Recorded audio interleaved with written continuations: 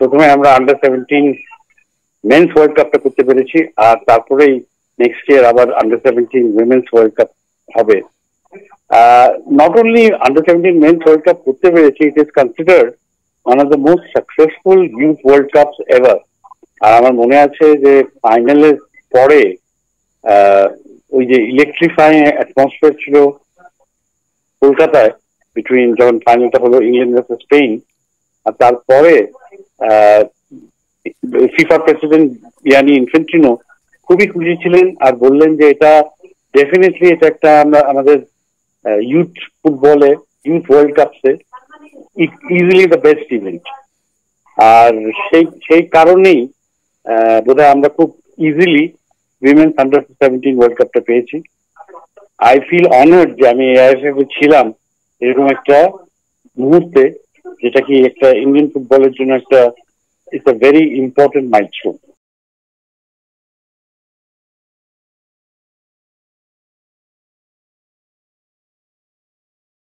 হ্যাঁ, এটা একটা খুব ইন্টারেস্টিং স্টোরি, কিন্তু এটা এটা আমার মনে আছে, আমি ঠিক সালটা মনে নেই, হতে পারে 2012 কি 13 ছিল।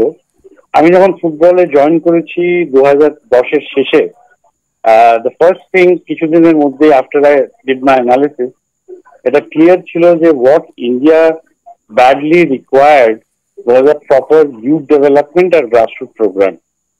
আনফর্চুনেটলি ক্লাবগুলি সেটা করছিল না, অলদো এখন এখন করছে, এখন অনেক ক্লাবগুলোই করছে, বাট অনেক ইমপ্রুভ করতে হবে। তো আমি তখন ফিফার কাছে গেছিলাম, আমি গেছিলাম দু একটা স্পন্সরের কাছে, ইভেন আমাদের কমার্শিয়াল পার্টনার, বাট ঠিক ব্যাপারটা ঠিক হয়ে উঠতে পারেনি। তো সেই জন্য আমি ফিফার কাছে গেছিলাম আর ফিফাকে বলেছিলাম যে ইট ইজ ভেরি ইম্পর্টেন্ট যে aiff এর কিছু একাডেমি সেট আপ করি, ন্যাশনাল একাডেমি, সেটাতে আমার একটু হেল্প দরকার। তো FIFA not only supported the idea, আমাদেরকে ফাইন্যান্সিয়াল হেল্প বেশ ভালোই ফাইন্যান্সিয়াল হেল্প করেছিল। অ্যান্ড আমার মনে আছে ব্যাঙ্গালোরে যখন আমরা একাডেমিটা সেট আপ করছিলাম, ঠিক সেই সময় ফিফার যে টেকনিক্যাল ডাইরেক্টর ছিল, ওনার সাথে আমার কথাবার্তা আলোচনা হচ্ছিল। তো উনি বললেন যে এই যে তোমরা সেট আপ করছো এটা খুবই ভালো, তবে এরপরে কিন্তু একটা ভালো ইভেন্ট করতে হবে। আমি বললাম যে কি ইভেন্ট বলছেন আপনি? বললো যে তোমরা আন্ডার 17 ওয়ার্ল্ড কাপের জন্য বিট করো, যেটা 2017। তো আমি বললাম ঠিক আছে, that is a good idea, কিন্তু ইনফ্রাস্ট্রাকচার আমাদের করতে হবে, নানা কিছু গভর্নমেন্টাল পারমিশন দরকার, অনেকগুলি গ্যারান্টি দরকার ফিফার, যেগুলো সভারেন গ্যারান্টি, যেগুলো মানে ক্যাবিনেট অ্যাপ্রুভাল ছাড়া হবে না। আমার প্রেসিডেন্ট অফকোর্স খুব হেল্প করেছে ওই ম্যাটারে। তো সেইভাবেই এই পুরো পরিকল্পনাটা about hosting under 17 world cup হয়েছে। আর তারপরে একবার যখন পেয়ে গেছি, তখন fortunately I was very lucky to find a very good tournament director, হাভিয়ার চেপি, চিলির থেকে ছিল। আমি অ্যাটলিস্ট 3-4 বার ওর সাথে ওকে ইন্টারভিউ করেছি, আর then I was quite convince যে যদি কেউ করতে পারে ওই করতে পারে। And I think it is a very very good job. তার সাথে জয় ভট্টাচার্য ছিল, and so it was a event ইমপ্লিমেন্টেশনটা খুবই সাকসেসফুল হয়েছিল।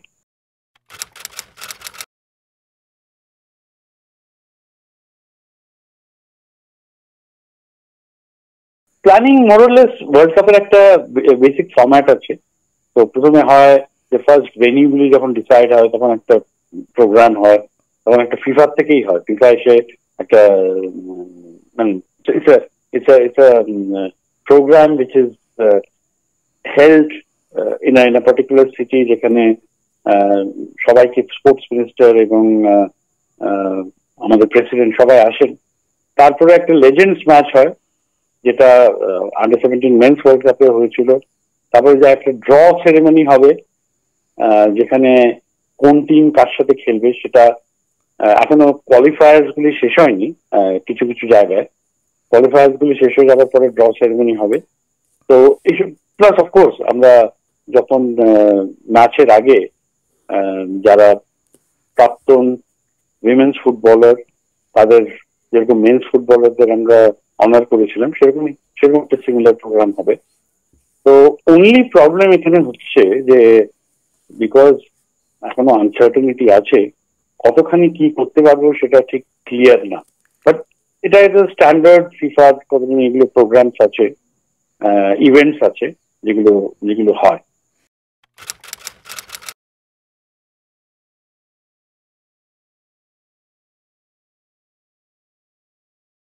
And দেখুন ওটা ওটা তখনই, সেটা এখনো ডিসিশনটা হয়নি যে ফাইনালটা কোথায় হবে।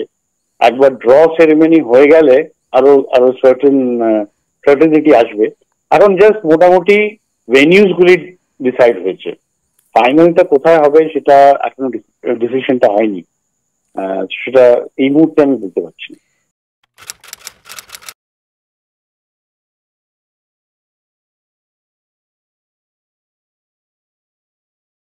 হ্যাঁ, সেটা তো আমি আসার পরেই what was very clear to me was that immediately ভারতীয় ফুটবলের একটা স্ট্রাকচার্ড গ্রাসরুট এবং ইউথ ডেভেলপমেন্ট প্রোগ্রাম দরকার। যেটা আমি একটু আগে বললাম যে I have to approach FIFA to help, যারা ওনারা both technically and financially support করেছে। তো এখনো আমাদের যে হোল প্ল্যানটা সেটা is focused on youth development, because এখনো অলদো অনেক ইমপ্রুভমেন্ট হচ্ছে, এখনো ক্লাবেরা ঠিক ওইভাবে যে যে ডেভেলপমেন্টটা হওয়া উচিত সেটা হচ্ছে না। বিকজ সিম্পল ব্যাপার হচ্ছে যে এখনো ফেডারেশনের ইন্ডিয়ান আরোস থেকেই প্লেয়ার্স বেরোচ্ছে ফর দ্য ন্যাশনাল টিম। তো এগুলো ক্লাবেদের যতদিন না ওরা খুব সিরিয়াসলি ইউথ ডেভেলপমেন্ট প্রোগ্রামগুলি নেয় ততদিন একটু প্রবলেম হবে। অ্যান্ড বিকজ এটা ফেডারেশনের কাজ না টু ডেভেলপ প্লেয়ার্স, ফেডারেশন, এটা ক্লাবের, it is the responsibility of the clubs to develop players. ফেডারেশনটা অবভিয়াসলি সিলেক্ট করে ন্যাশনাল টিম কে এক্সপোজার দেবে, প্লেয়ার্সদের এক্সপোজার দেবে এটসেট্রা। সেই জন্য এখনো আমাদের স্ট্র্যাটেজি হচ্ছে যে ইউথ ডেভেলপমেন্ট, আমাদের নিউ স্ট্র্যাটেজিক প্ল্যানেও it is youth development, coach education. আর এবার যেটা চেঞ্জ হয়েছে compare to the other previous strategic plan, যে আমরা ডেভেলপমেন্টটা যেটা করতে চাই ইজ কম্পিটিশন বেস। সেই জন্য আমাদের আন্ডার 13, আন্ডার 15, আন্ডার 18 যে লিগস গুলি আছে সেগুলোকে আমরা এনহান্স করতে চাই, যে আরো ব্রড বেস করতে চাই। আর সেকেন্ডলি হচ্ছে যে ডিসেন্ট্রালাইজেশন খুব দরকার। এটা খালি এআইএফএফ একটা সেন্ট্রাল লেভেল থেকে যদি করে সেটা সম্ভব না। তো আলটিমেটলি এটাকে ডিসেন্ট্রালাইজ করতে হবে to the state. So that is one of the strategies of one of the goals of the strategic plan.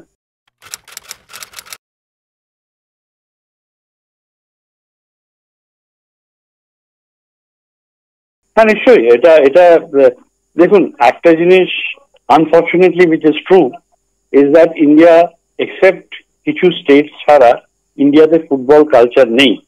যেটা কি ইউরোপের ছোট ছোট দেশ, আইসল্যান্ড বলুন, গ্রিস বলুন, ওরা এত সাকসেসফুল কি করে হচ্ছে? বিকজ ওদের একটা অনেক বছর ধরে একটা ফুটবল কালচার আছে।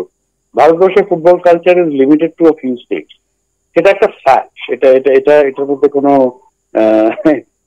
আর্গুমেন্ট করার দরকার নেই। তবে আমরা চেষ্টা করছি যে ফুটবল হচ্ছে যে পৃথিবীর সেরা খেলা এবং মোস্ট পপুলার গেম, যে অন্য অন্য স্টেটসকে কি করে আরো ইনভলভ করা যায়, কি এনগেজ করা যায়। এবং আমার যেটা আমি মেনশন করলাম স্ট্র্যাটেজিক প্ল্যানে, সেটাই one of the main objective. আমরা একটা পুরো অল স্টেটস এর একটা অ্যানালিসিস করেছি, যেটাতে একটা র্যাঙ্কিং করা হয়েছে। বেসড অন কি কম্পিটিশন করছে ওরা, কোচ এডুকেশনে কি করছে, ডি লাইসেন্স কি করছে, এসব নিয়ে একটা র্যাঙ্কিং করা হয়েছে। বেসড অন উইচ আমরা স্টেটসদের সাথে কথা বলে বুঝতে চাই যে ওদের কি রিকোয়ারমেন্ট আছে আর কিভাবে আমরা হেল্প করতে পারি। আনফর্চুনেটলি আমাদের রিসোর্সেস খুব লিমিটেড, বাট যতদূর সম্ভব আমরা হেল্প করবো স্টেটকে।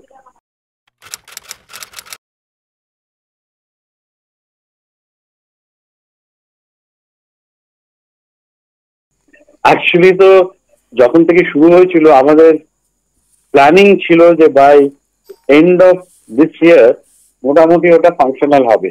কিন্তু প্রথমে তো লাস্ট ইয়ার খুব আনটাইমলি আর খুব হেভি মনসুনের জন্য কাজ আটকে গেছিল কলকাতায়। তারপরে তো কোভিড, তারপরে টাইফুন। যাই হোক, এখনো কাজ চলছে। আর ফর্চুনেটলি এখনো আমাদের কাজ থামায়নি, একটু পেছনে চলছি। বাট আমাদের ন্যাচারাল টার্ফটা তৈরি হয়ে গেছে, ওটা জাস্ট হ্যান্ড ওভার করার দরকার। আর্টিফিশিয়াল টার্ফ আর flood lights and dressing room যেটা আছে, সেটা মোটামুটি এই বছরের শেষ, আনলেস কোনো আরেকটু কিছু কোনো ক্যালামিটি আসে, মোটামুটি শেষ হয়ে যাওয়ার কথা। তো তখন একটা স্ট্রাকচার নিয়ে নেবে। তবে আমরা অবভিয়াসলি পেছনে চলছি। Hopefully if everything is goes well, middle of next year কিংবা end of next year the center should be functional.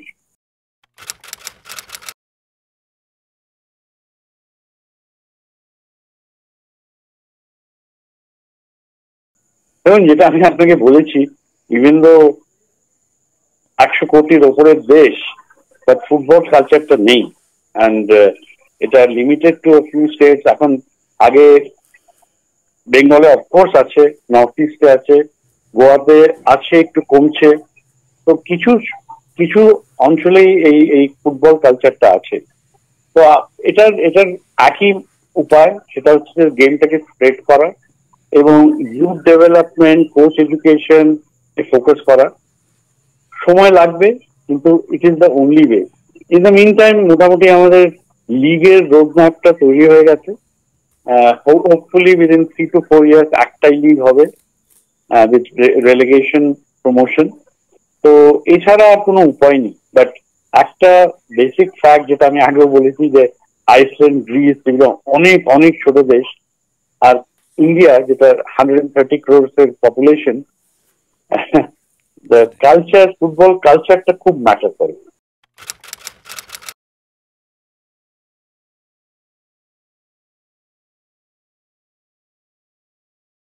হ্যাঁ, নিশ্চয়ই। অ্যাকচুয়ালি আমি আপনাকে একটা ফ্যাক্ট ক্লিয়ার করে দিচ্ছি। আমি যখন আইসিসির আগে আইএমজি তে ছিলাম, আর আই ওয়াজ ভেরি ইনভলভ, যে 1996 যে ন্যাশনাল লিগটা শুরু হয়েছিল, যেটা লেজার স্পোর্টস আর আইএনজির একটা জয়েন্ট ভেঞ্চার ছিল। লেজার স্পোর্টস হচ্ছে বেনুদার কোম্পানি। তো তখন 1996-এ ন্যাশনাল লিগ শুরু হয়েছিল।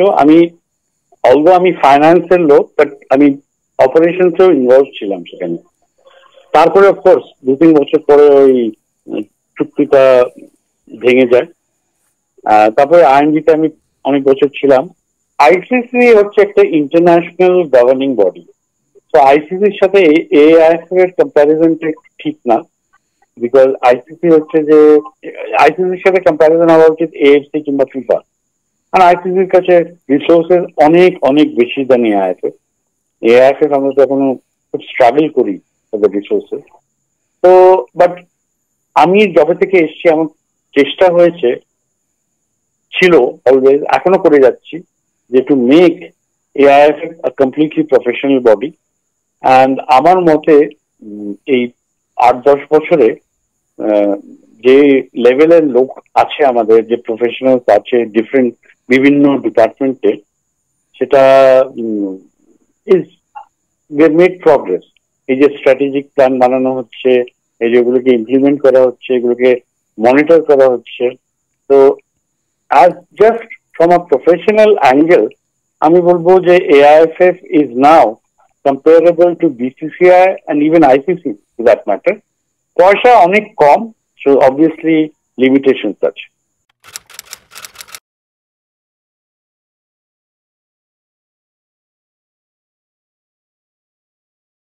তো আমরা তো অলরেডি ইমপ্লিমেন্ট করে দিয়েছি 1 বছর আগে থেকেই বোন ভেরিফিকেশন টেস্ট, যেটার জন্য অনেক টিমই প্রথম বছরে আমাদের ইউথ লিগ থেকে উইথড্র করতে হয়েছে, বিকজ ওরা ফুলফিল করতে পারেনি ক্রাইটেরিয়া। এই বছর ইজ মাচ বেটার। এই বোন টেস্টটা is also accepted by sports authority of India and BCCI follow করে। তো আমরা ভেরি স্ট্রিক্ট অন দিস। আমাদের পুরো সব ন্যাশনাল ইউথ লিগসে এই টেস্টগুলি করা হয়। আপ টু এই টেস্টটা is applicable to the age of 16। তারপরে এই টেস্টটা ইজ নট অ্যাপ্লিকেবল। তো 18-এ হয় না, বাট 13-15-এ এই টেস্টগুলি হয়। এই বছর এই সিজন থেকে even for the national football championship মানে স্টেট চ্যাম্পিয়নশিপ গুলিতে সেখানেও আমরা এই বোন ভেরিফিকেশন টেস্টটা ইন্ট্রোডিউস করছি।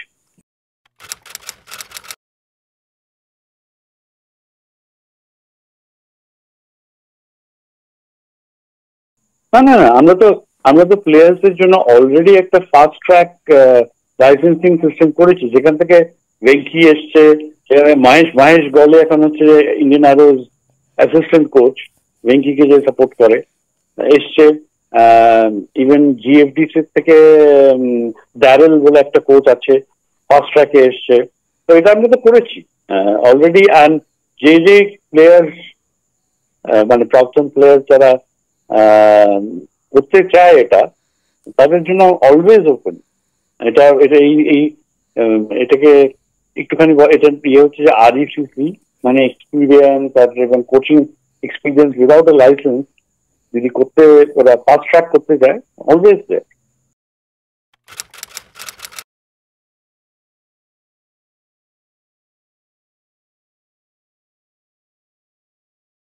হ্যাঁ, আমরা অলরেডি আমাদের ওয়েবসাইট থেকে ওকে কংগ্রেচুলেট করেছি। ঠিক আছে, গ্রেট অ্যাচিভমেন্ট, 15 বছর ধরে খেলছে। বাট ঠিক আছে, ইন্টারন্যাশনাল প্লেয়ার্স আর suppose to play for 15-20 years. তো তো আমরা কংগ্রেচুলেট করেছি।